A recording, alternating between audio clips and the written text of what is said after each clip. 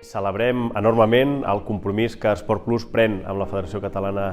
de Paralítics Cerebrals per tal de transmetre, per donar difusió, per projectar l'esport català i sobretot l'esport dels paralítics cerebrals des de Catalunya al món, amb aquesta participació d'aquests dos mundials masculins i femenins i amb el compromís de transmetre tots els partits que se celebrin de totes les seleccions.